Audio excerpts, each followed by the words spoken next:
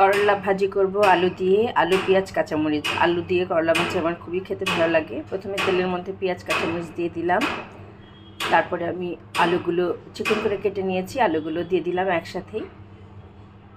এভাবে করলা ভাজি করলে কিন্তু করলা ভাজিটা খেতে একদমই তিতা লাগবে না। আর আমি যে করলাটা এখন ভাজি করছি, আচ্ছা লবণ দিয়ে দিলাম আমি, সেই করলাটা কিন্তু আমি ফ্রিজে রেখে দিয়েছিলাম অনেক দিন ধরে, ডিপ ফ্রিজে ছিল। সামান্য হলুদ দিয়ে দিলাম। এভাবে যদি করলা কেটে ডিপ ফ্রিজে রেখে দেই তাহলে করলাটা একদমই সুন্দর থাকে, কিচ্ছু হয় না। নর্মালি তো করলা রেখে দিলে করলাটা নষ্ট হয়ে যায়, তাই কেটে ডিপ ফ্রিজে রেখে দিলে দেখুন আমার করলাগুলি এখনও সবুজ হয়ে আছে। করলাগুলি দিয়ে দিলাম। এখন আমি খুব আস্তে আস্তে নাড়াচাড়া করব। খুব বেশি নাড়াচাড়া করলেই করলা ভাজি কিন্তু বেশি তিতা হয়ে যায়।